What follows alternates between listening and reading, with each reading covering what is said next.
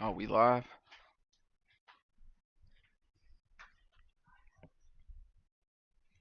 Hold up. Let me go ahead and drop this shit.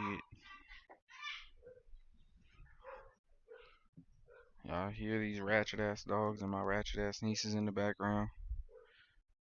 Where the fuck is my phone at?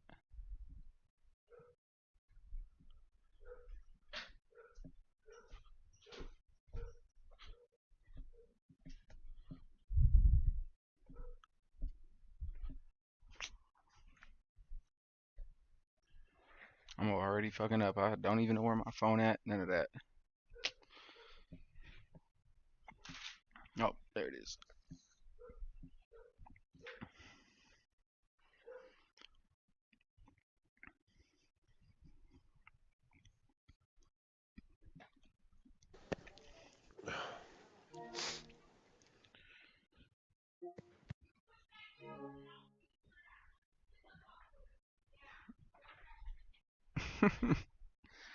See, the dog's already fucking up, y'all. Dog's already fucking my stream up today. But that's okay. If you're new here, welcome in. We only a minute in. What it do? What it be? It's your boy. A-N-T repping the game gang. You know we don't play none of that. If you a lame, you can't hang. None of that, all that. Bang bang type shit. We back. Episode 71 of Ants Random Rants. I got gang in this bitch with me. Shout out Agent Draco. Gang, gang. Yeah, What up, brother? what up, gang? I had to bring bro. I actually had to text bro because I might get a little slanderous on this motherfucker today. I ain't gonna lie to you. I might just get a little slanderous. And I don't really try and stream in the middle of the days like this. I try and wait till the night. Because my house, as y'all could tell, be loud as fuck. But listen, y'all. Let me go ahead and move this down a little bit. This shit is crazy. They, and again, they is they. People be like, oh, don't bring politics into everything. I don't want to have to dip into my political bag every podcast, but everything is so ingrained in politics right now. They're making everything political. So, we gonna get in the political bag a little bit today. But before all that, apparently, there was a Ryan Clark, and uh, an incident between Ryan Clark and Peter Schrager. Nothing like violent, nothing. It was like a misunderstanding. Apparently, I was missing some context on it, but my homie Chance actually he got the full scoop. I still have yet to see the full clip. That's on me. I gotta look it up, but my homie Chance was telling me the full story. Yeah, they were having a more in-depth conversation. The clip you see is kind of the tail end of the conversation. They were kind of having a more in-depth conversation about about CD Lamb having a better game than AJ Brown. And of course, if you watch the first game of the opening season, you know the stats. AJ Brown probably didn't get more than 2 to 3 targets, and CD Lamb had a hell of a day, even with the drops.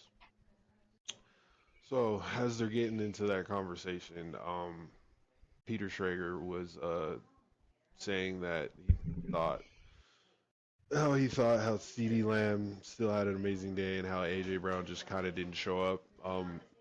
Without having the exact context in front of me again, I love you too. He was just saying that like it seemed it was portrayed that AJ Brown didn't have such a great day. So, with that being said, that's when Ryan Clark, you could see him start to get kind of emotional and agitated, and said, "See, this is why people who he said that's why you're getting that I didn't play the game perspective." Yeah, That that was non-player answer. That's where I picked up the the shot heard round the world. yeah. And it wasn't really like in that context, I guess it's not really that like big of a deal, but this sent shockwaves through the sports pod, and this is how you know the NBA is in the off season. Uh, they grabbed this headline, and it's a story about not even the game of football. It's just some drama, and it wasn't even nothing like. Yes, it was kind of not even kind of. It was unprofessional of Ryan Clark to go about it like Yes, that. very But unprofessional in the way in which he handled the situation. yeah, and in that context, and this is just me, I have a high respect for guys like Peter Schrager and Kyle Brandt, and I'll get to naming some other guys here in a minute. But I have a respect for those guys who never laced up, because I am one of those guys. However, I would never try to portray uh or try and uh make it seem like I knew. Belittle, if you will. Yeah, or make it seem like I was more of an expert than someone, not even who played on a professional level, just someone who has played in that team format, been in a locker room, laced up, like similar to my bro Chance, who has actually played on a high school football level. Yes, but that's more In than I've done college, of course, in but it college. Yeah. still was never the professional format. Yeah, yeah, I didn't even mean to belittle bro like that. He did play in college type Nah, shit, but it's all right. but it's It's okay. but it's more than I've ever done. I couldn't even make the team. I'm 5'4" type shit, but stand on my money and I'm 6. No, I'm just playing. That's some little Uzi shit, but but no, like me not knowing just the nuances of that perspective. Then yes, but from how Peter Schrager was presenting it, he was like, "Nah, I don't. That's the easy out," which in a sense it is. And again, in that perspective or that context of a conversation, it don't really seem like that big of a deal. And later on, Ryan Clark had even apologized for it in the same show. So really, like it's kind of. But like I said, these podcasters like Gilbert Arenas, Stephen A. Smith, Skip Bayless, they all went on some kind of run and decided to make their own interpretation felt and double down and triple and almost triple down on the fact that no, Ryan Clark was actually right, because these guys who don't, who have never played a game, laced up cleats, whatever, laced up sneakers, been on a court or field, they don't have any perspective, or their opinion shouldn't hold as much weight as someone like Ryan Clark who has actually played. And I'm here today to say, nah, fuck that. Fuck all. See, time is a flat circle, y'all. And I'm going to go ahead and let's take a little rewind. Let's rewind a little bit back to 2017, December 14th to be exact. Former first round bust, former Pittsburgh Steelers and Carolina Panthers running back D'Angelo Williams made an appearance on Good Morning Football, which Peter Schrager was a co-host with Kyle Brandt. And they had made a prediction about the Patriots and Steelers game that was happening that week.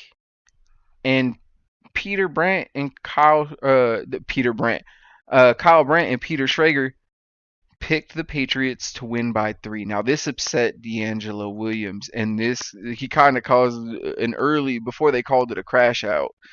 He got upset, and he essentially was telling he was belittling Peter Schrager and Kyle Brandt. Not only just Peter Schrager, basically saying that Kyle Brandt played college football at Harvard, so he never played like that. And then Kyle Brandt was like, "Yeah, I had to stop playing because I got too many concussions."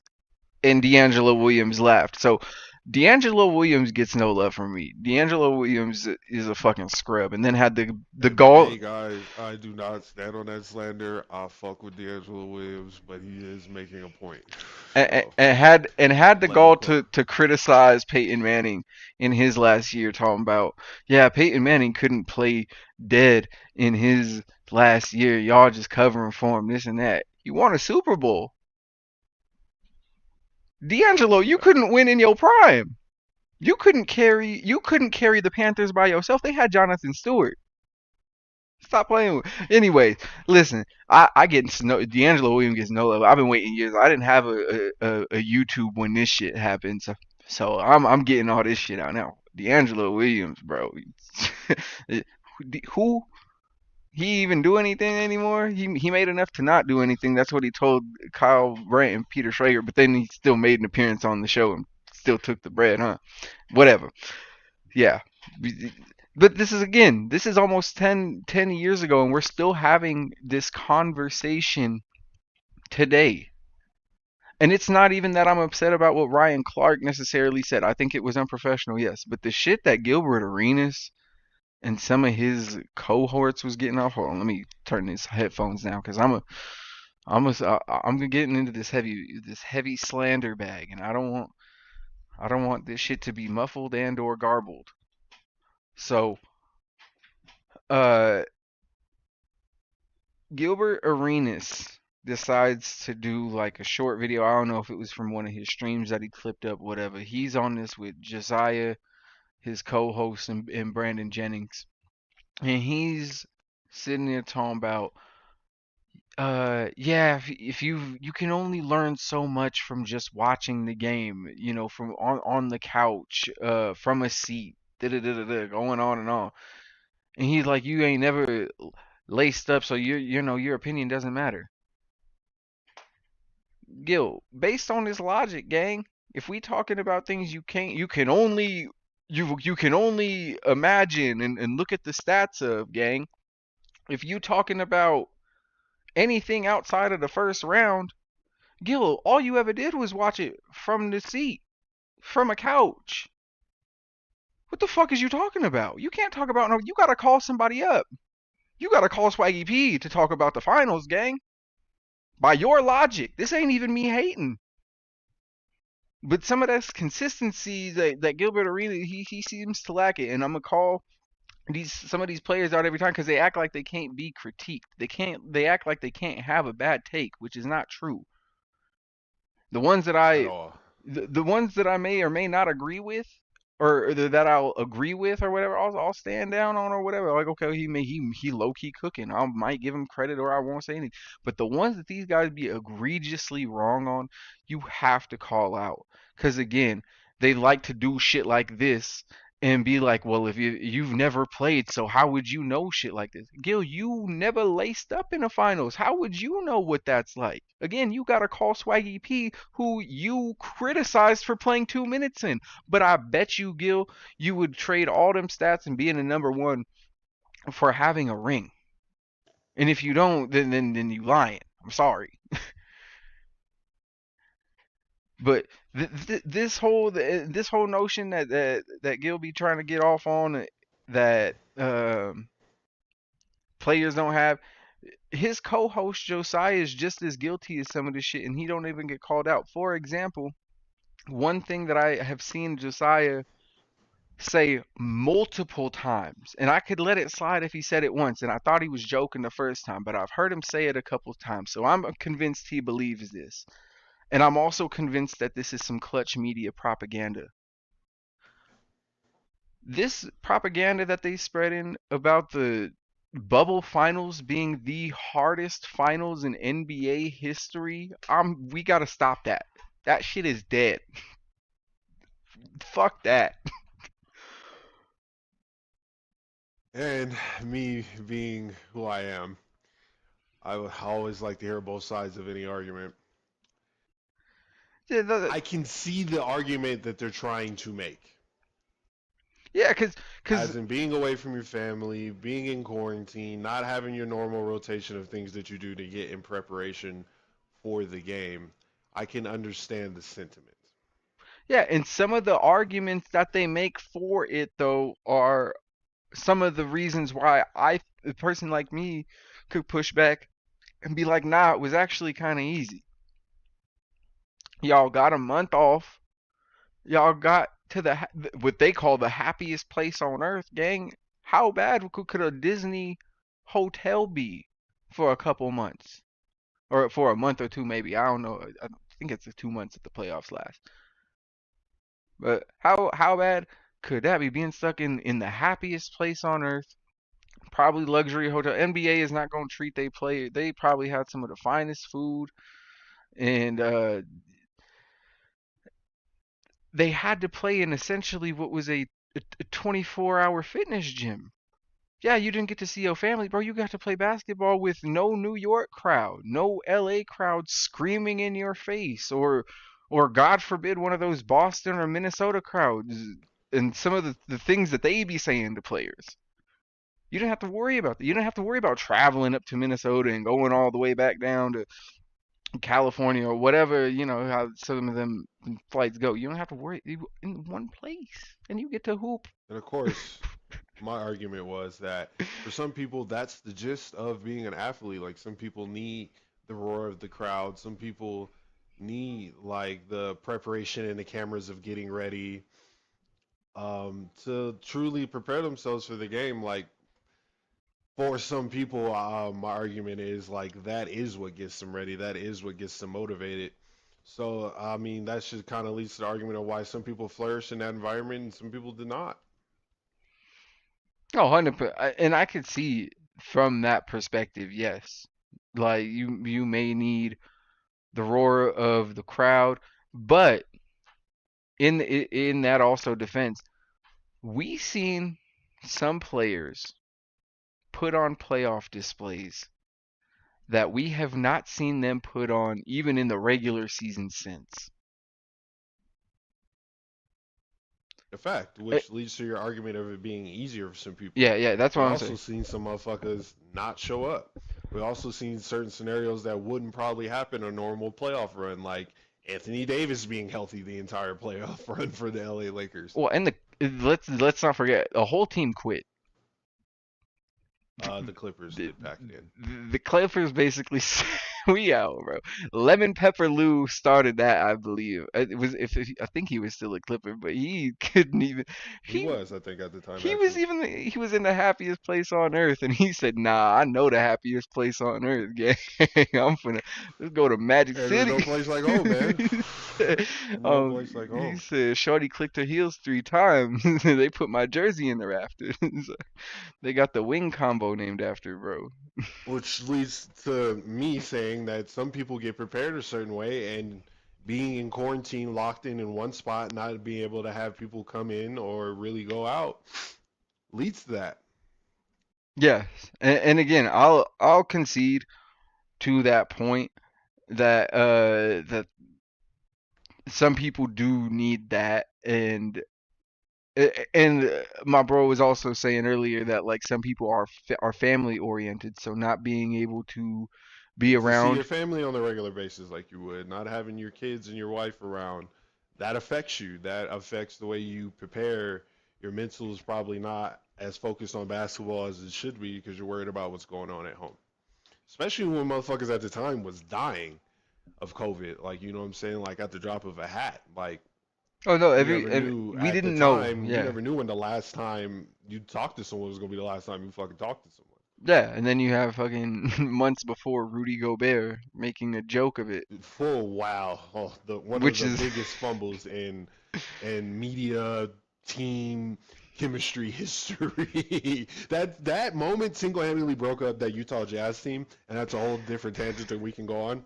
But yes, no, that was the straw that broke Donovan Mitchell's back. He said, "I will literally go anywhere at this point. I don't care about going to this New motherfucker's York. trying to kill me. I'll go to Cleveland. I'll go to Cleveland. I don't give a fuck at this point. Get me Literally, away I from will Rudy. go to Cleveland. Get Just me get me away, away from Rudy Gobert. please." Literally what happened. Oh man, no, see, and that's again, there's points you can make, but that's again the arguments for and against, just the fact that there's arguments for the against. It's not, There's two sides to every coin. There's two sides to every story. But yeah, it's not again, where I had definitively the said something I had hardest. said something I had said to my good friend Anthony earlier is that well then you have to start looking at who's pushing this propaganda. It's Clutch Media Sports, which who is their biggest client, who's their head honcho, who's their man in charge is LeBron's one of LeBron's best friends and Rich Paul. Yes. So of course you're gonna paint this as the hardest championship won because LeBron's already on the campaign of trying to get himself labeled the greatest over Michael, Jeffrey, Jordan, and the likes of others. So Which again, like I would say yes if it if if I really believe like okay, this was even like one of the hardest rings in history, I could maybe get down with that. To me, it wasn't even one of the most competitive finals in history. Not only that, it's not even the best ring that LeBron has won. That's why I don't understand. Maybe it's not Clutch Sports pushing it, but yeah, the bubble ring to me is not better than that coming back down 3-1. And I'm not even a no, LeBron fan like that. against one of the greatest teams ever assembled in basketball history before they even got KD. So Yeah, and then they cop KD. yeah, like and And then no and one had and a shot at beating that fucking team after that. yeah, it took injuries. It took injuries. I think a lot of people forget that's Literally, Kawhi doesn't get that ring if KD and Clay don't go down like together. yeah, and that's a whole nother thing too, because Kawhi cemented his legacy with that whole with He fooled all of you. He fooled every single one of you. But hey, hey, and took apparently the Clippers and the state of California to the cleaners in the pro. Now he they took themselves to the cleaners. If they thought Kawhi Leonard was the answer, Kawhi Leonard and Paul George were going to be the salvation to their championship droughts. oh man, Paul George, Yeah, playoff P. podcast P, good old Paul George. I mean, Uh, Damian Lillard says hi, Paul George, and bye. oh man, Dame Lillard going to yeah. The Dame Lillard Bucks jerseys are going to those are going to be some throwbacks here in a few years, and I fully support Oh, those because that's going to hey be man, that's like Hakeem in fucking Toronto type shit. and I will It's a actually nasty reference jersey. this Dame thing when we get later into our conversation, but that's for later. Yeah, though, because like in my opinion, like Gilbert Arenas saying that the only way that we can call the game is to analyze stats and just watch and this and that. Like, no, bro, like there are legitimate journalists out there that do a lot of research. They talk to players, they get their perspectives, they talk to coaches, they talk to scouts.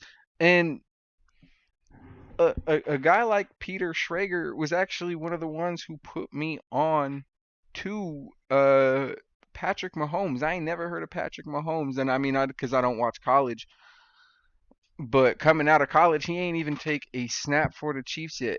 And bro was sitting there singing Patrick Mahomes praises and shit like that. So I just don't understand. And Gil has himself been cooked. And this is not just my opinion. Go look at these when he debates Legend of Winning, or when he debated Scap Attack about Kobe Bryant's legacy, go check them comments. Most of them is saying he got waxed, son.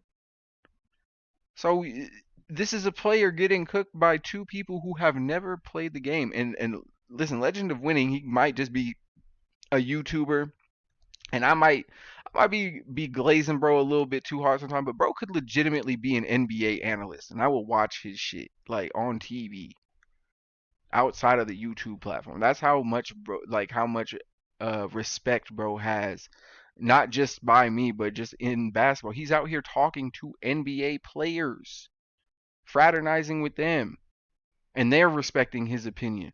Jeff Teague and Brandon Jennings in this conversation in the video that I'm referring to, Brandon Jennings legitimately said, "Yeah, when we talk to Lowe, like I respect guys like Lowe's opinion, so it just depends on the non-player that you're talking to."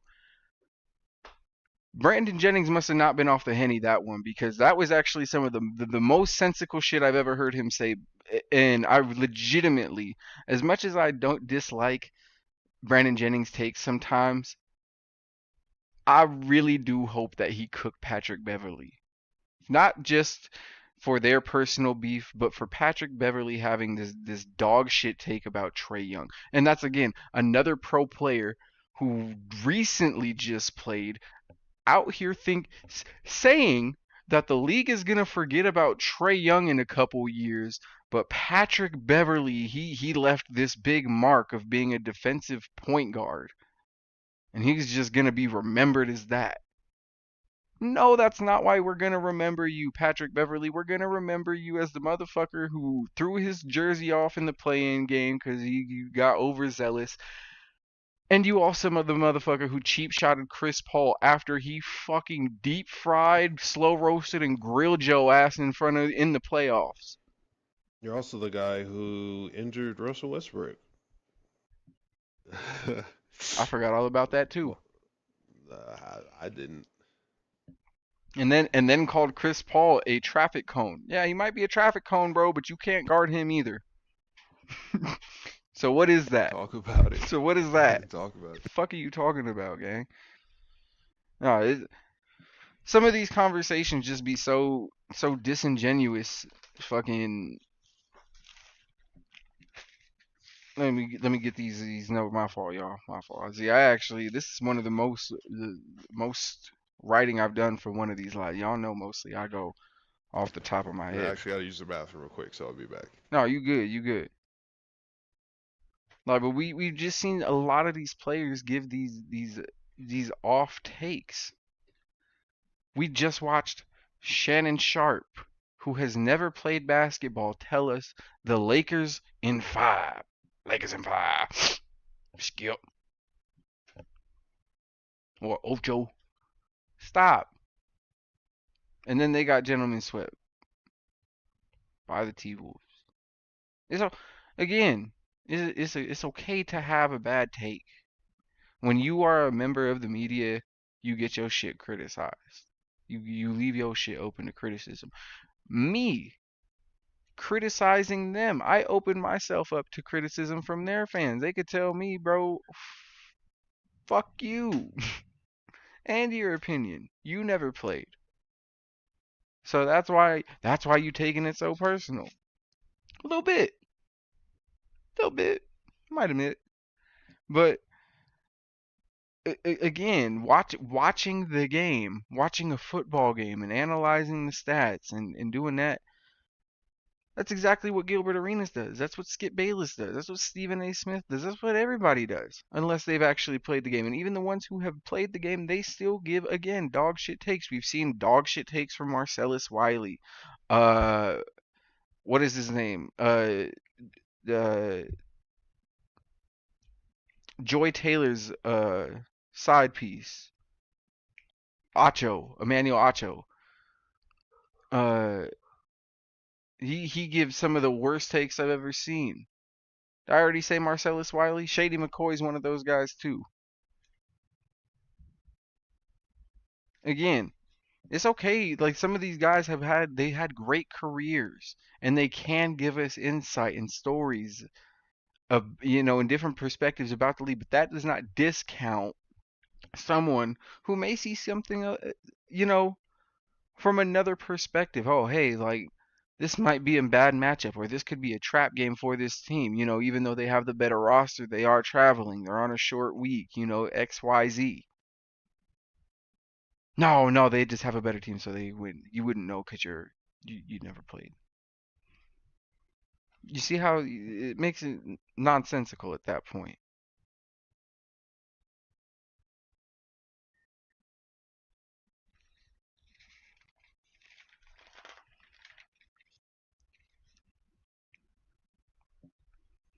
Right? And just to clarify, I am not trying to diminish the bubble ring in any way. I'm not trying to say it was a weak ring or it's the Disney championship because if the Nuggets would have won that shit, I would have counted that and I would have been like, yeah. But I wouldn't have acted like it was the hardest ring ever. We went through the fucking what is it, the Battle Dome or whatever the fuck they called it. I wouldn't think like that. In my opinion, that like I said, the Braun 3-1 ring or that gauntlet that Dirk ran through to get his ring is up there. Those are two of the best runs or two of the best rings to have in NBA history. Aside from the Jordan 3-peat rings, but those are multiples. Some of those Kobe runs that he made when he had Powell, those are up there in consideration. But again, those two that I named initially, it's not even a question to me. But I mean, yeah, like I said, based on Gilbert Arenas' logic, he shouldn't be having Skip Bayless on a show talking about football. He shouldn't even have a football show. And the whole another reason why this whole thing is absurd is because despite how entertaining Shaq, Kenny, and Chuck and Ernie are, they give some of the most egregious basketball takes. They are not a serious basketball program. It's all sizzle. Shaq be overly criticizing motherfuckers sometimes. And yeah, Shaq and a fool is great, but it's such a disingenuous look at the game. And like I said, they overly criticize and they very rarely will talk about some of the good things that teams are doing. Shaq be openly admitting like, oh, I don't watch this team. Like when the Pacers was on they run, who cares about the Pacers? Shaq, they're a playoff team. What the fuck are you talking about? And again, I can agree with some of the things these guys say, like Ryan Clark when he was disagreeing or called out. What's his name? They calling him Robert Lee 3 now. Bob Griffin III, as some might say. When he's when he was criticizing Caitlin Clark, or not, when he was criticizing Angel Reese and throwing up racist propaganda against her, Ryan Clark called her out, and that's what we need. Applaud you for that. You was right in that situation, but you was wrong here, and that's cool. It's okay. Like I said, it's okay to watch your favorite players podcast or some of these players, these ex players podcasts. But when you start taking their word as gospel, maybe it's time to pump the fucking brakes a little bit and get off your knees. But speaking of on your knees, nice little segue. EA, big news. EA has been acquired. Hey, shout out the two viewers I got. I wonder if they on Twitch or not. I gotta put up the I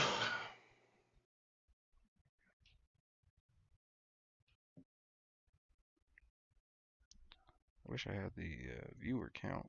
If I got one viewer on Twitch, it looked like. But shout out both the viewers wherever y'all watching it. A shout out to both of them. But yeah, I've been getting some slander off. I've been needing to.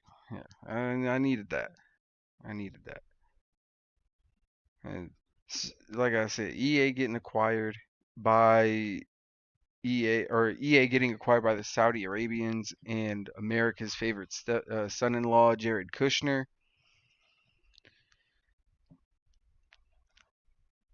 I don't get it. America's favorite Yeah, yeah, that's thank you.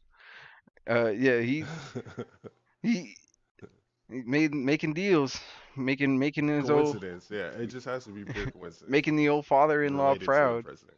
Yeah, there's Just no pure way coincidence. that's under Trump had What you any said my knowledge favorite that shit that was is? even happening, bro. Uh, I fuck with that guy. I got shit. But what the How fuck does she know about cameras? you type shit. What the fuck would what the fuck do Gaga know about cameras? And again, as much as I want to get on my soapbox and tell y'all we need to boycott EA, we need to band together, brothers, and boycott EA, and we need to boycott these Saudi Arabians. And listen, it sounds nice. Battlefield is one of the most anticipated games this year. Facts. 15, I mean, 20-year-old plus kids or and less, 20-year-olds and under. They don't give a fuck about Saudi Arabians buying this shit. They're gonna pour all this money into Madden and FIFA anyways. They don't care about this. So I mean, it's already EA hasn't gotten my money in years, so this doesn't change anything for me. I was gonna buy the new Madden. I want to buy the new Battlefield, but even now, I'm just like, Hey man, I'm buying Battlefield regardless. ah. So I mean, I get the sentiment, and I might buy it I'm not mad used at it. so they don't get my money. Motherfucker said use everything's digital. Now you go. I mean, you can go get your physical copy. So Oh, you absolutely can. I mean, most of my shit is physical. The only game that I really had to buy, like not physically, was Baldur's Gate. That shit you oh literally yeah, can't buy physically. But aside from everything else, I have a physical copy of it. copy of, or at least I try. I try to. That new WWE 2K was on sale for the digital, and I had to break it down real quick. So Just had to bust it down. they got me. They got me on that. I ain't gonna lie to you. But uh, again, it doesn't change anything for me. I might again cop the new Battlefield. I wanted to buy the new Madden, and even if I take a stand with this, um, the Saudis really don't give a fuck because they apparently they buy in whoever they want and whatever they want. You name a celebrity, they probably have a picture with Mohammed bin Salam or whatever. He just threw that boxing event. They just Yeah, he actually did. they just threw the boxing He event with Canelo. Terrence Crawford, shout He was Terrence Crawford. every time they showed him, every time they showed him, he was with a new celebrity. And Wow, I didn't even notice that. yeah, bro, it's a good thing they have the replay on Netflix if you ever get around to. Anytime they showed him, it would be like he was sitting with somebody new. And I mean, if they weren't celebrities and like essentially crowned jewels, pardon the pun, of America, then you would think that like if they were moved or because they were all new people that he was just like, all right, like I'm done, like throw them in the dungeon, like I'm done with them. Away with them. Yeah, like apparently he has a whole cell block in a prison named after him, but that's a whole nother topic. Again, he threw the boxing event because the Saudis are the only ones who could give two prize fighters enough money to actually get in the ring with each other. Everybody else is just like, we'll pay one, not the other. You know, maybe the winner gets, you know, the bigger purse. Nah, they actually cashed out both Canelo and Terrence Crawford for, I mean, honestly, one of the most historic boxing fights we've seen probably since Pacquiao and Mayweather. And I think that was, I mean, the Canelo and Crawford fight was better in my opinion. Um, Oh, far better. yeah. Even though we still didn't get a prime Canelo. No, no, but I mean, I think a prime Canelo at this point was better than what we got from Pacquiao in What his we've gotten in previous, yeah. well, what we got from Pacquiao in his Mayweather fight. I think Mayweather was in way better shape than Pacquiao at that point. But maybe that's just my opinion. Pacquiao was way past his prime. That was actually after he got fucking slept, if I'm not mistaken. Yeah, after he lost his last fight to, I can't remember who it was off the top of my head right now, but yeah. Yeah. I thought it was fuck. Was it Was it? Cotto? Or I was wanted. it Yeah, it was Manuel Kodo. Marquez? It was Kodo. Was it Cotto? I'm almost positive it was I Kodo. wanted to say that, I just wasn't sure if I'd be right in saying that. So yeah, I mean he wasn't facing the best Pacquiao. It probably wasn't the best Floyd either, but Floyd again was in my opinion far better shape. But Saudi was the ones to put that on. They just recently had the greatest comedy show ever, and it's really hard to argue. I put that in air quotes, but like with the names that they had on here, it was legitimately like a music festival, like a Coachella for comedy With essentially. comedians, yeah, Yeah, yeah, yeah. like a comedy Coachella. All the ones were there of this generation at least. Bill Burr, uh, uh, Dave Chappelle, Kevin Hart. Apparent we knew that Jerry Seinfeld didn't even need an invite. He was already there. Uh, uh, yeah, those guys. And again, I didn't want to get on my soapbox, but again, here I am. Like when you're a comedian, especially and namely Chappelle and Bill Burr, because I enjoy comedy. I'm not gonna sit here and act like Joe Rogan, like comedy is this fucking sacred art that just nobody can do it. It doesn't take much for some drunk asshole to go up there and tell a couple racist jokes at a fucking open mic night. Let's keep it a bean. Is that true comedy? No, but some would call that comedy. It's just like any kind of music or art. It's subjective. With that being said, when you do these things and then like if you try and paint yourself as more of a comedian, like a Stephen Colbert is a political pundit and a comedian. Dave Chappelle, and namely Bill Burr too, they try to act or have this aura as if they are more socially conscious than the next person, which maybe they are, but I don't like the hypocrisy of criticizing Americans and or American culture or certain Americans.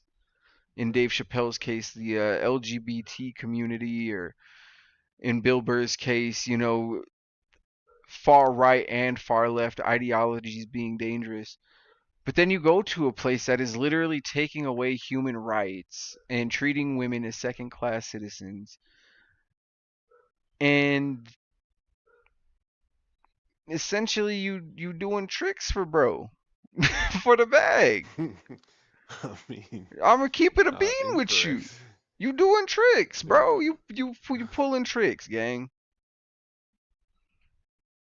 Bro said, "What can I get for 100 milli?" Bro, out there for sale. Bro says, "You, bro, what do you want for 100 milli?" Like, Yeah. and Yeah, bro. What do you want for your soul? type shit. And it's not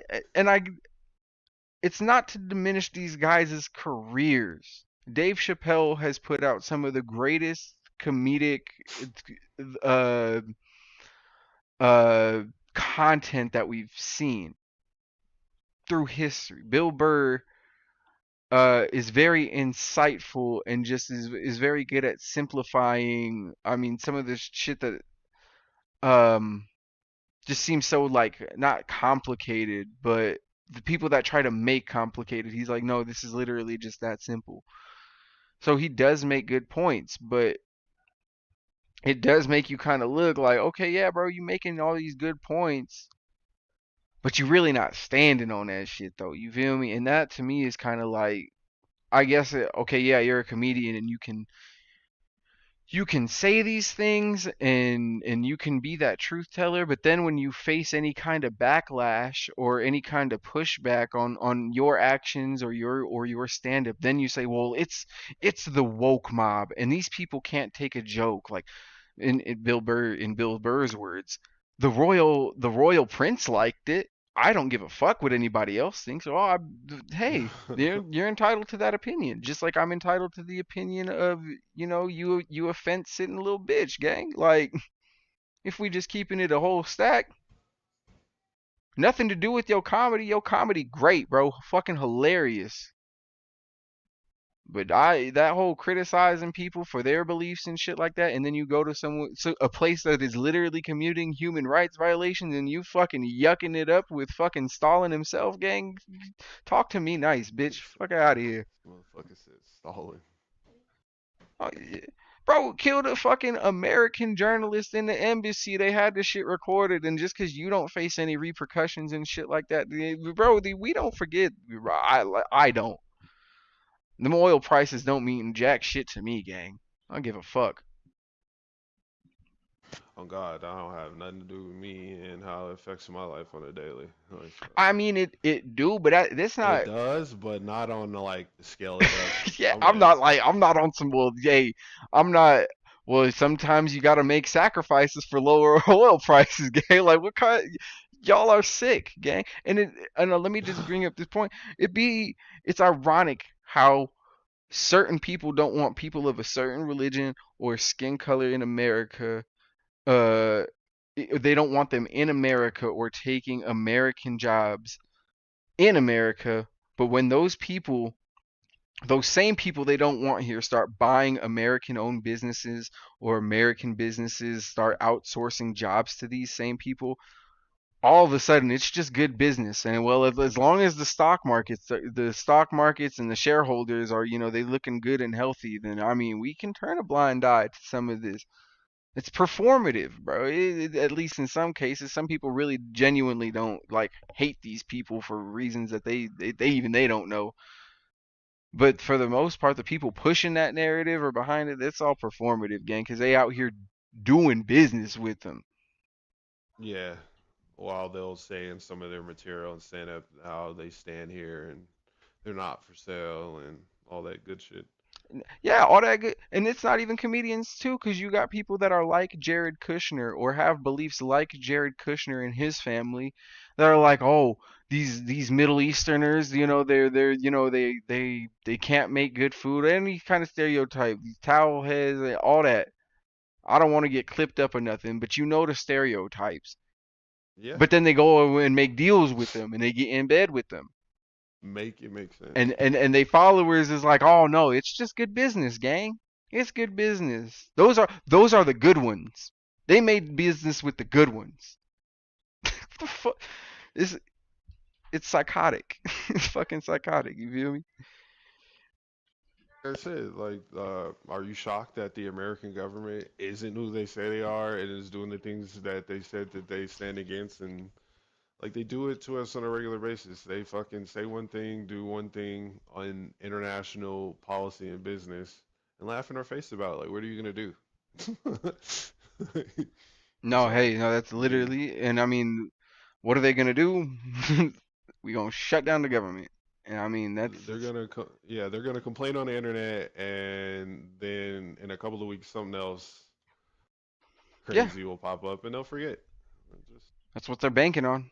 That's essentially what they're banking on, and I mean, it's it's work up to this point. I I and mean, my whole thing is my initial reaction was, what is the ploy here? Uh, what is the thing that why is Saudi Arabia buying sports games, or the largest maker of games in America? Saudi Arabia and Jared Kushner don't exactly strike me as um gamer friendly crowd. These are the same people that think video games probably cause autism, or that video games cause mass shootings because people play Call of Duty. I don't know. It, yeah, like they'll go out and say shit like that, and then you buy a video game company, and like what? So this is where you're going to affect change when there's mad other things you could be trying to affect change with the amount of money that you have. But okay, let's start with video games because that's the is that that's the my thing is important you're problem either in the country. my thing is when do they start putting propaganda in the game? Do they Day one. do they start with the putting Fucking the cheerleaders in Madden in day fucking burkas? uno. They gonna have the But I mean, I guess my argument earlier to this was like, what do we have to lose as video game consumers? Because we fuck with EA, we stand by EA all these years, and they've literally never heard our complaints, never really cared to adjust the things that we say need to be adjusted and that we would like to see. So I mean, what do we have to lose? Maybe people who are in this for the money will make a better game for monetary purposes. well, one point was raised that I seen, and I can't remember who exactly said it, but one point was raised that they now own EA, who now has access through EA servers to a lot of people's information. Yeah.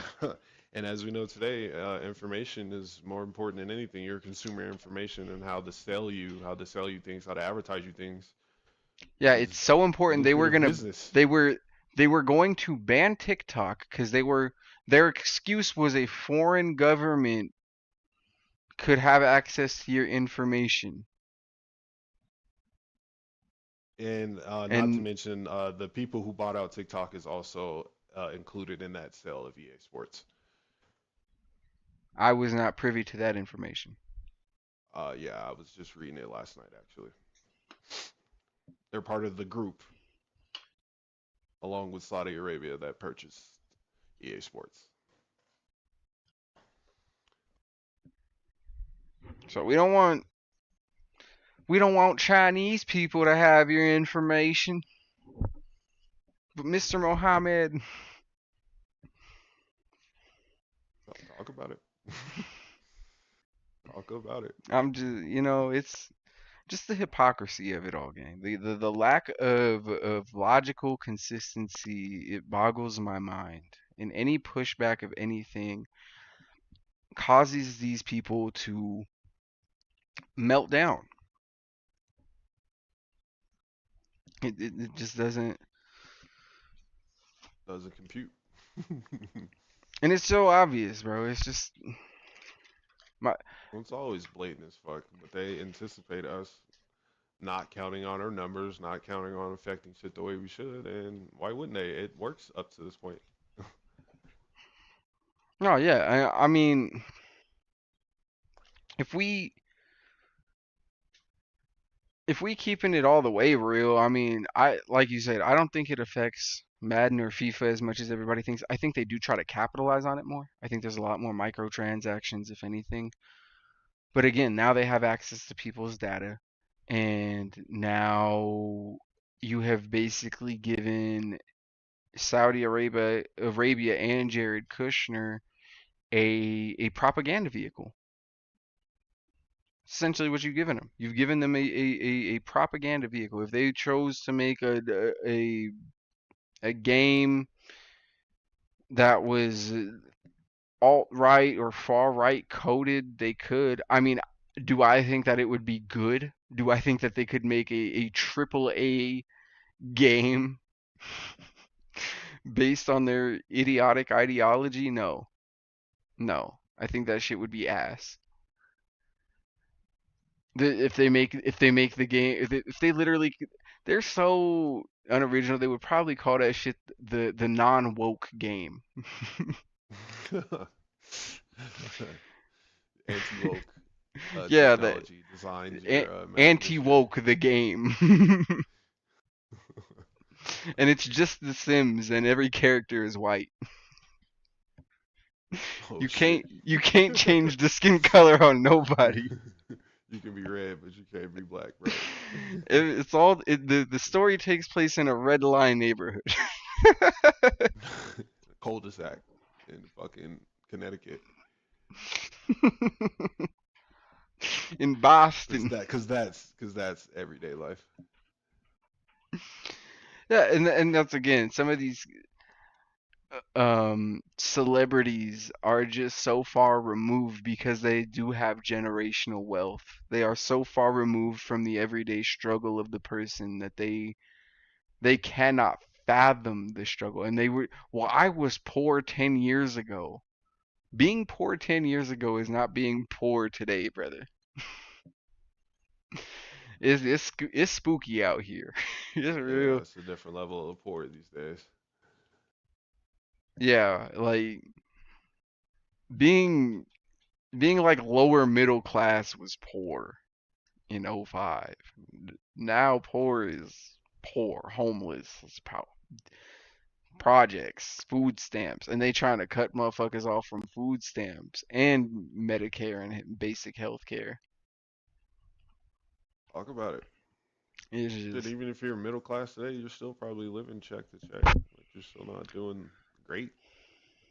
and that's They're trying. again, I hate dipping into my political bag.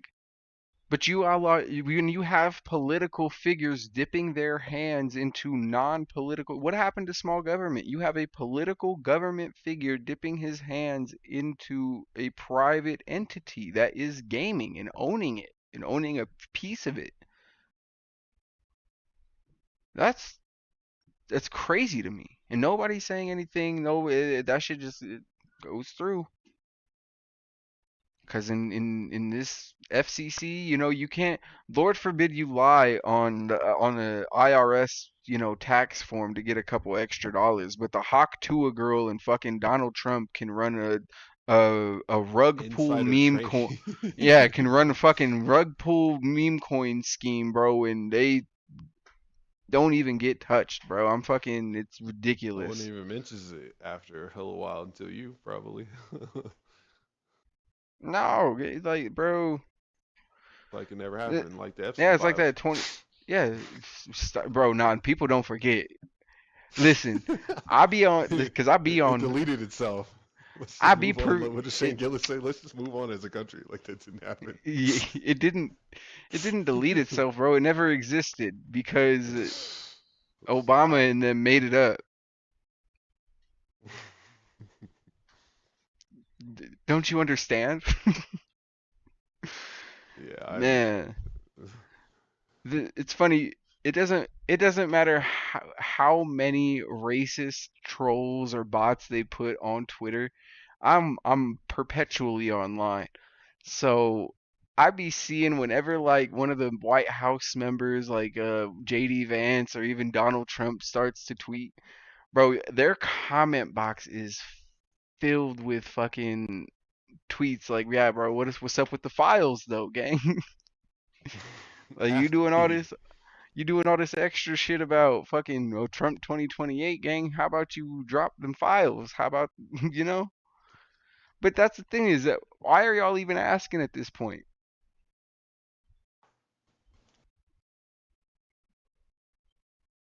You've seen what That's, asking gets you. that's a little too late in the game for that. Guys elected a motherfucker who's probably on the list. That's him right there. Probably, probably, Yeah, that's me. Yeah, trying to be somewhat nah. non-biased. According I seen to I seen the I seen the letter he sent Epstein on his nah, birthday. not So not even the letter. I don't even need the letter. When Pam Bondi's dumbass comes at you and tells you, "Hey, I'm just trying to let you know, bro, you on this list hella times, gang." Like he was dropping bars and every other bar was your name, gang. yeah, yikes. Yikes. Like and he gets mad at and then he gets mad at Pam Bondi and then keeps her on the staff because he's trying so hard not to fire like Pam Bondi and Cash Patel, but they are literally some of the most incompetent people to have ever stepped foot in a cabinet, and that goes along with fucking Pete Hegseth's dumbass too. But they're like between Pam Bondi and Pete Hegseth, no one is a bigger fuck up than Eric Trump and Cockeye Cash Patel. He's Cockeye Hawkeye Cash, brother, Cash. that man just keeps finding bullets with words written on them, bro. It just so happens. It's crazy. It's wild. This shit is so crazy to me, He said gang. he just happened to find this shit right here. Bro, and the bullets that he be finding don't really match The the ballistics of the story gun fired. Yeah, it or doesn't. what The, we see. the Cause, math not bro, mathing. we don't even know. So they know the gun that killed Charlie Kirk and obviously what kind of bullets. But if you watch the video and then you cross-reference that and watch a video of the ballistics of what the gun that killed Charlie Kirk does to people. It's not adding up. No, and then they're lying about, bro, listen, this is just me being a desensitized American who has seen a lot of deaths on video. I know and when I see an entry and an exit wound, when the bullet enters your neck and comes out the other side, and the blood comes out of the exit wound, and then they try to tell me like, no, he that's actually the entry wound. No, bro, I'm watching the bullet go in one side of his neck and out the other side. How the fuck are you like, what are you? I know with your one eye that goes one way, bro, and the other eye that goes the other way, gang, can you please try to put on some drunk goggles so you can focus straight, my guy, and watch the video? Because you're not seeing what everybody else is seeing. I'm not a conspiracy theorist. From what I understand, I've watched like a couple videos on what the FBI story is. I don't necessarily buy what the FBI is telling us, but that's one of the main things that they are trying to sell us or tell us is that he only got, but they're telling us that it was one wound, it was an entry wound, and that's what he bled out of, but they will not release his autopsy. They will Huh. not release his autopsy, which I think is very crazy because you buried him pretty quick. Buddy was buried before. Buddy was in the casket and getting buried before the end of the week, Talk about it. and was almost given like a state funeral, almost Bro, he was given a kinda. National Day of Remembrance. Mm, It was passed in the Senate. you mean George Floyd Day? That's George. Huh? Yeah, I Yeah, don't know it. yeah. Talk about it. Oh man, nah, I told you I'm just one of them ones, bro. I does not give a fuck on this podcast. I had needed somebody else to back me up just in case I was getting too slanderous or to be on the other side. But I mean, I'm not. Again, like I said, I don't like getting into my political bag and trying to make everything political and getting on these soapbox tangents.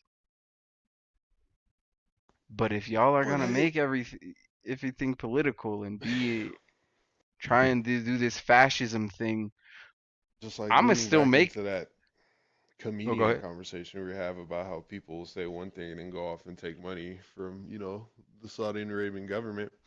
It's like Dame Lillard, how he stood 10 toes on not ring chasing, not about that culture, and then asked to be traded to a contender. Like, I mean, humans' priorities change every day.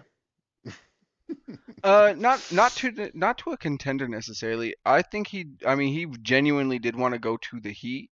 I don't think he said like trade me Which to was any still a contender. contender. Yes, yes, yes. That's I'm not gonna definitely leave that. Portland to go to East Coast Portland. But they did push him out also in the Dame Lillard situation. You think he was pushed out? How so? Bro, they literally drafted his replacement the year before. Yeah, I and Scoot believe. Henderson. Yeah, I genuinely believe they thought Poot Henderson was that kid But who was also him and they Anthony do shit. Simons. They've They done thought that shit Poot. since Dame's tenure. They never draft the help he needs. They always. Oh, absolutely, they fumbled, but they and then they put the team around him that he needed after he left with DeAndre Ayton and then Bob Williams, Exactly. and then they got rid of those guys as soon as he comes back. Oh my fucking god! Exactly. I And then just they realized that re-sign him. shit. Yeah. Yeah, they re-signed him and got rid of everybody. Yeah. All the Got people rid that of he was Ayton, got probably rid of happy to Bob. come back for. Wait, did CJ come back? I thought CJ was No, talking about. CJ's not. Well, it hasn't happened to my knowledge yet. He's been talking about getting out of NOLA though, so we'll see if he goes back. But I He's genuinely think currently that. not Nola. If I'm remember correctly, he got traded to Washington. I think Oh, you're draft right. night. You're right. You're not wrong.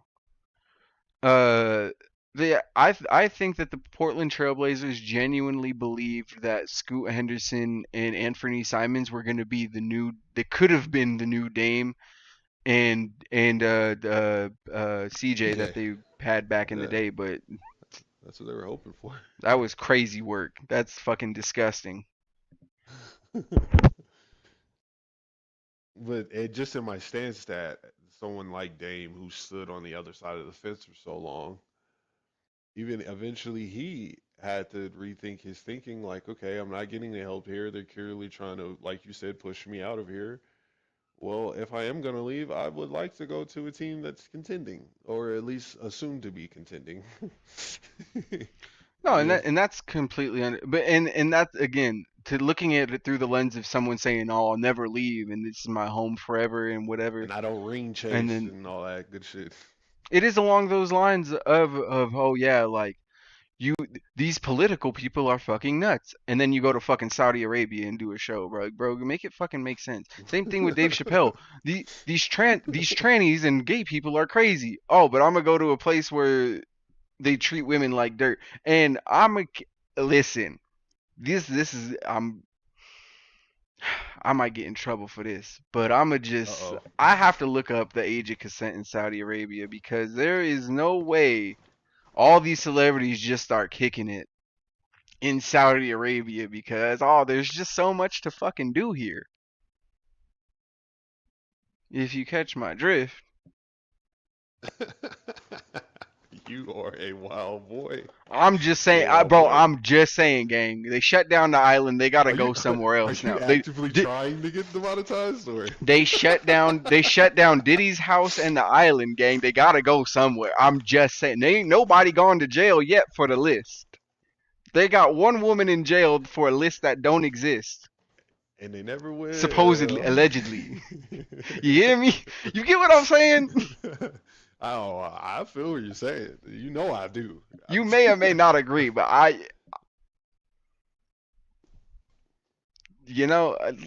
might Hey have man, to look it's up an the age evil of world. consent. I might have to It's an look up evil the world age we of live in. consent, gang. This is kind of crazy. So is Saudi Arabia the new Epstein Island? Hey, listen, hey, I didn't, hey, that's a crazy question, gang. I don't know how would you even come to that? Oh shit. Oh, brother. Oh, yeah. I might have to delete. I might have to put private this shit. I'm not even. Why not do business with the same government that chops up an American reporter in the embassy? Why not?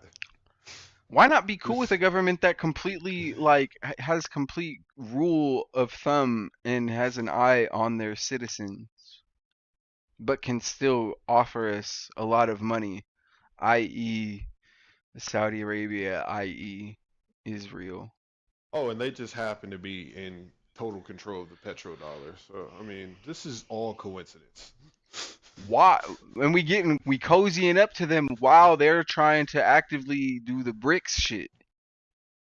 Yes, and do away with the U.S. dollar being the The U.S. currency of the world. petrodollar. Yes, bro. Yeah, I'm just saying. I'm just it's the saying. the timing is it's all coincidence, bro. Like They sometimes shut down the island in Diddy's house, gang. I'm just saying. some people some people I'm think just saying. cucumber tastes better pickled.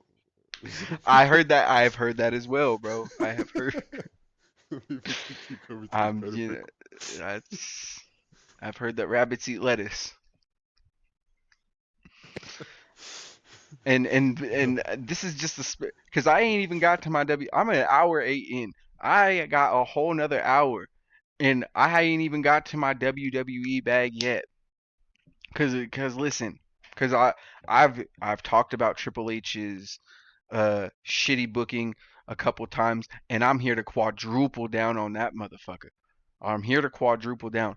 I talked a little bit about the Saudi deal with WrestleMania and all that, and I told y'all that I wanted to wait and do more. Well, here we are, cause I just went on And, this land. and I hate to They, do this to you, Big Pimpin', but I actually gotta go. no, and I But figured that's why I saved this till the end. I wanted to get everything else out and please, get it I'm all. going to watch this, so please get your shit off. Oh no, But have bro. me as the angel on your shoulder. You start Yeah, bro. spazzing out. No, bro, cause listen, bro. This man Triple H is a terrorist. He's a terrorist. Hey, Listen. I like you have said, taught. what did you say in the group chat the other day? You said, I'm convinced. Who'd you say? Which coach were you talking about? Oh You yeah, said, no. Uh, Jay Herbo. he said, I Jay nah, he Herbo was and just, it was I'm a almost. coach, and he was like, I'm convinced bro's a fucking terrorist. Oh, Terrorist John is Harbaugh. hilarious. It was John Harbaugh. Yes, yeah, It maybe it was was y'all's Joe coach. Harbaugh you said that about. Yeah, yeah. Yes, cause he don't run 4th and 1, and he throw the ball with Derrick Henry and Lamar Jackson, and you see the Eagles doing a tush push with less. With less. Literally, their whole offensive line is hurt, and they still beat this pushing. But that's here nor there. Please get into your WWE bag, No, I'm because about the to people need to hear that. listen, Y'all and I've fuck tried with to y'all say this. stream. Tap in. Hey, Subscribe. Subscribe. Subscribe. My shout out guy. my dog Chance for coming through and being the voice My... of reason. Cause I told y'all I was gonna get. I texted bro and I told Brody I he I did. might be He going a did, little chat. off the deep end, gang. Hey, but Chat. somebody's got to take it there. Nah, hey. And I'm a small channel still, so I can get this shit off. I don't have hundreds of people Hey, viewing me yet. talking I'm shit. getting this shit off while I can before I'm not. I Yeah, can't get demonetized. I'm not monetized, I'm not motherfucker. Yeah, monetized. How you y'all gonna can't. cancel me? Don't nobody know me. Oh, you gonna take me out the algorithm? I'm not in nobody's algorithm. I don't get views. Fuck you talking I about? fuck with I fuck with you, dog. All right, gang, be safe. Hey, like I You, said, shout you out, too, bro, for G. coming through. No, I'll you know fuck it. with We have y'all. to. I have to be on the next one too. Type shit. We gotta do this more often. Answering the rest. Tap in. Episode 71. Welcome in. If you just now tuning in, if you just new here, like, subscribe. Yeah, we out here. We out here getting a lot of slanderous, nasty shit off. Shout out my dog Chance for pulling up for the stream though. I am going to spend the next at least 30 minutes talking about this fucking WWE shit. Cause look, before we get to the bad and ugly of this whole scenario of the Saudi deal, I just want to say we do have some good things happening in the WWE. We do have some good things happening. The women of the WWE are putting on some of the best shows, some of the best matches all year. They're carrying the company in spite of the terrible booking, in spite of all that. Whether it be Triple H, whether it be Shawn Michaels, The Rock, whether Vince is still in charge, whoever is booking this. And Triple H wanted to take full credit when shit was all good, like I've always said. So he can take a brunt of it, of the criticism. He can take a brunt of the criticism if you want to take most of the credit, which I don't personally. The best storylines that they've told have been from Paul Heyman. That Bloodline storyline, it has Paul Heyman written all over it, and you can almost see the difference. You can tell the difference when he stopped his involvement with the Bloodline storyline. That old Jacob Fatu and Solo Sikoa cage match and whatever the fuck they're doing now. It's got to be Triple H or whatever writing team he has. It's all is bogus, bro. If he's the last voice or the last wall of the last bastion of guidance that they have, that all the ideas flow and run through, then he does deserve this because none of it, most of it's been bad. Most of John Cena's farewell tour has been bad, and then he thinks he's gonna make it up to us in the last 5 matches. 5 matches. I do not fucking think so. You had him get squashed by Brock Lesnar. You saw people shitting on it, so now you're having him face AJ Styles.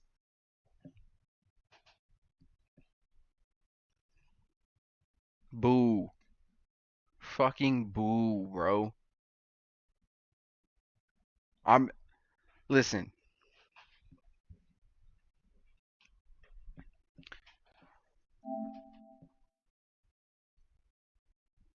I'm a wrestling fan through and through.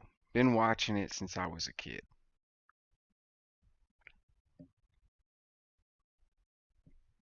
Maybe a little bit of a historian because I do enjoy some of the older stuff. Some of the newer stuff to me is cool too, but that's neither here nor there. Triple H's booking style is is so nonsensical. He has all of these storylines that have like breadcrumbs that go into other storylines, but none of them ever tie up. They never make sense. They never end, it seems like. They either just run on into nothingness or they just get dropped without any kind of like great um like finality to it. There's nothing there other than this the story with Cody Rhodes and Roman that they had. Since then, it's been dog water. All of it. It's been terrible. From the fumbling of Jacob Fatu and them having to take him off of TV because they just don't know what to do with him. United States champion, and they just don't know what to do with him.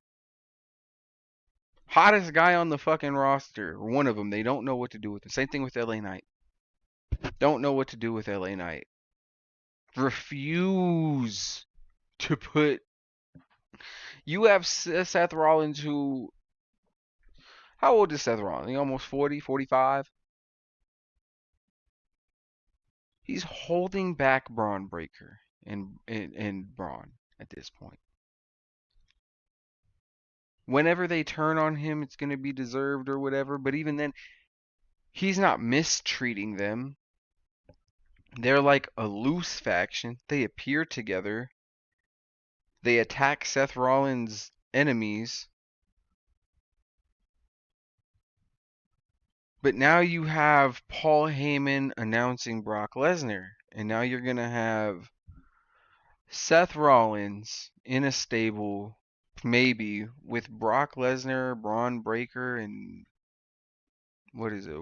I keep wanting to say Braun Strowman. It's Bronson Reed.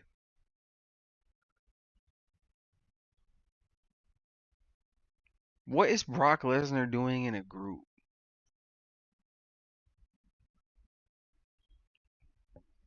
And Paul Heyman wants to come out there and say all these conspiracies against Brock Lesnar. Oh, they're not conspiracies, brother. This is active litigation.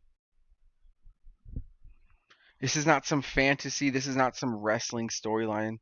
For him to even bring that up is crazy, and it shows that WWE knows what it's doing in our face.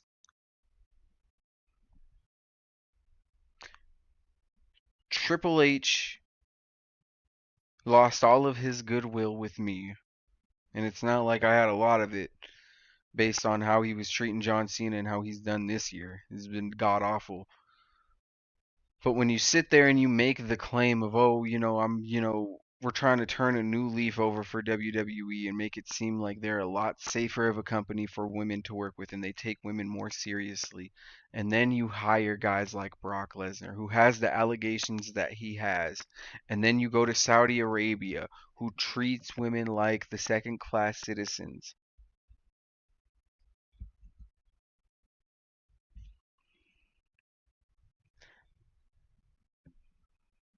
I know I don't know if who watches a lot of wrestling, but I watch enough wrestling to remember when they were doing one of the first Saudi Arabian shows and there was a dispute or something was happening with money, or the event didn't go off as planned, and the Saudi Arabian government essentially held the WWE roster hostage right there in the airport strip as they're about to take off.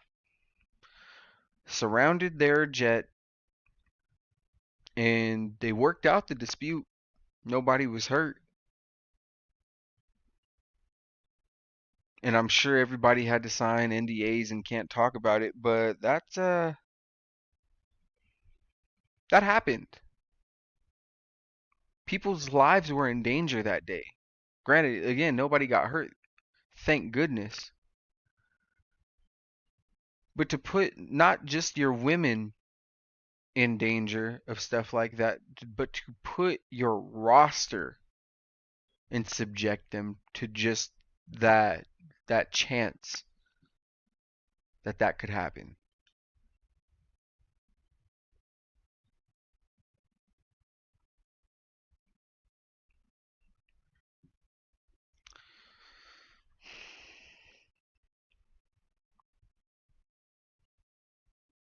And then you take WrestleMania there. The biggest the wrestling's Super Bowl. You take it to Saudi Arabia and you take money out of all of the promoters' pockets who show up for that week. Like when they did it in Vegas, they had a lot of other smaller promotions kind of piggy up back off of WrestleMania and make some independent money on their own. Uh, Boosting the economy of an American city for that weekend, even though the American city has to pay for it. They just essentially were selling it off to the highest bidder. And that's what it is right now. We're seeing a lot of companies do it.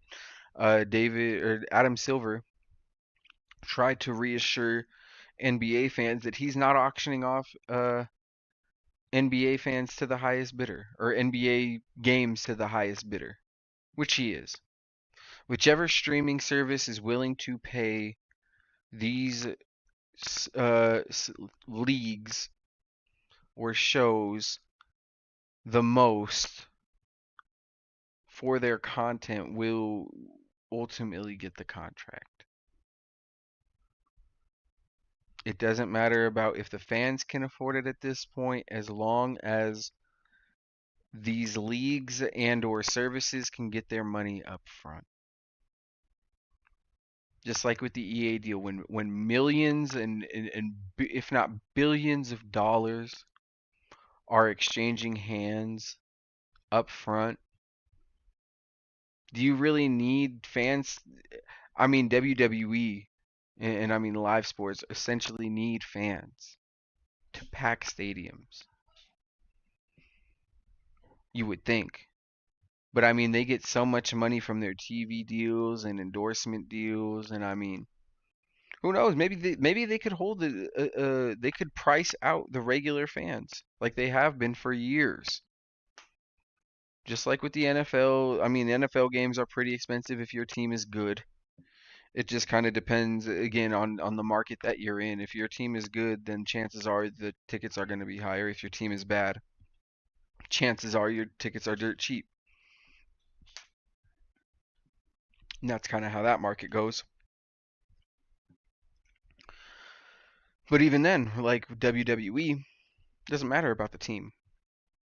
The average price for a seat is increasing, and the product is not getting better. The price to watch the WWE product or the NBA product or the NFL product is increasing just to watch, not even just to go to the game and get the overpriced snacks, just to watch the game from home. The prices are going up, and they're not giving you a better product, or they're giving you the same product essentially, and you're paying more for it. For what? Oh, well, somebody has to foot the bill of these millions. That's us. And that's why it's so hard to get on the soapbox, because in a way, like, yeah, I have a Netflix subscription. I have a Peacock subscription. I have, but some people may not have some of these other subscriptions or cannot afford these other subscriptions,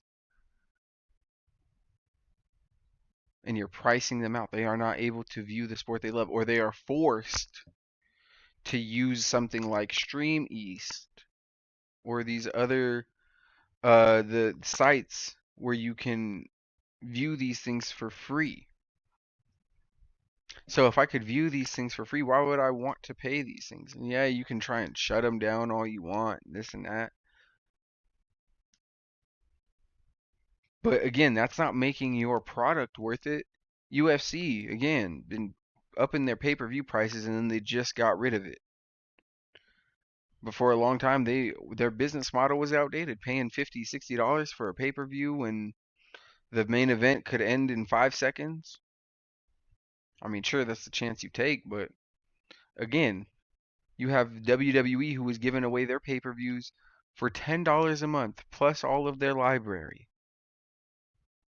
It started off as $10 a month, and since then, now it's like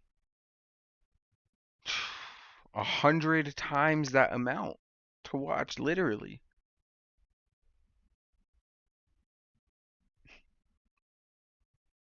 10 times. It's fuck.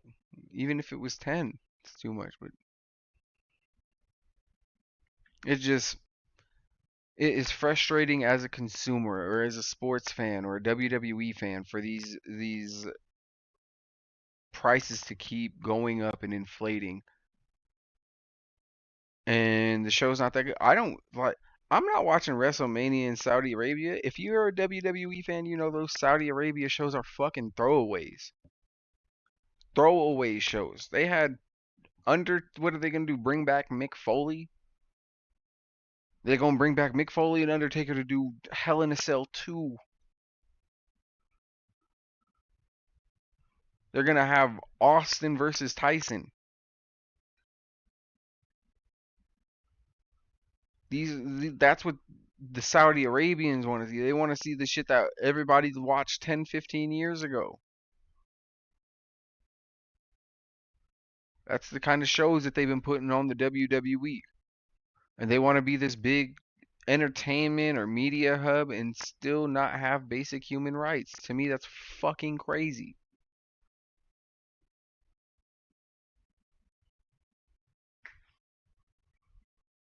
But every U.S. business, it seems like, is getting in bed with them. All of these celebrities is telling us what a great guy Mohammed bin Salam is. Shalom, whatever the fuck his name is. I don't give a. I ain't never going to Saudi Arabia, bro. The fuck I need to go there for?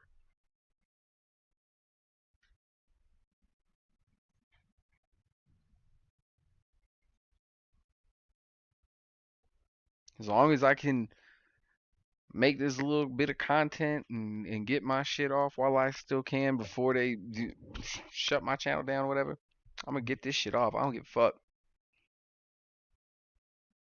I was like, this might be one of the more controversial shows that I've done, but I'm just fed up in a sense. I'm just fed the fuck up. And even if this don't reach a whole bunch of people or whatever, hey, I'm just keeping it real how I see it. And again, I could be wrong, but how I'm seeing it in the logical sense and the hypocrisy that I'm witnessing, it only makes sense to go against it. But that's just my thoughts. I'm glad y'all could stick around with me for an hour and a half. Usually I play a game or something, but I was thinking about grabbing some Madden and maybe winning some Super Bowls with Shador Sanders and turning him into maybe a responsible adult in video game land. But I don't know. I might go back to playing. I was gonna play Cyberpunk, but that it has a lot of dialogue. And then I would play Elden Ring. I might hop back on that, but just feel like we wandered around and dying. Y'all ain't trying to see me wander around and die, are you? The whole time. I was getting a nice little buzz from that though. I had somebody in the chat helping me out, so I don't know. That might be the move, hopping back on Elden Ring, but I couldn't really decide. But I had this shit written down. I need to get this shit off. I'll probably be back next week with another one of my random rants. I'm gonna be back on Sunday because I'm gonna try and finish Bully. If not, I'm gonna try and get close to the end. But I'll catch y'all next time on this. I don't know what I'll play, but I'll definitely be playing something. I was just chatting it up here, just bullshitting. Y'all be safe. Have a great rest of your Friday. It's been your boy ANT repping the motherfucking game. Gang, you know we don't play none of that. If you a lame, you can't hang. All of that. Bang, bang. I'm out. Y'all be safe. Again, y'all have a rest of your Friday. Leave a like if you're new here. Subscribe if you on YouTube. Maybe follow me up on TikTok if you watching it there or on Twitch. I'll drop all those social medias, as I get out of here. But y'all be safe. Uh, Again, I think that's like the third time I said it. I really want y'all to be safe out here, gang. Don't get caught lacking. No, I'm just playing, but I'm out, y'all. Have a good Friday. Peace.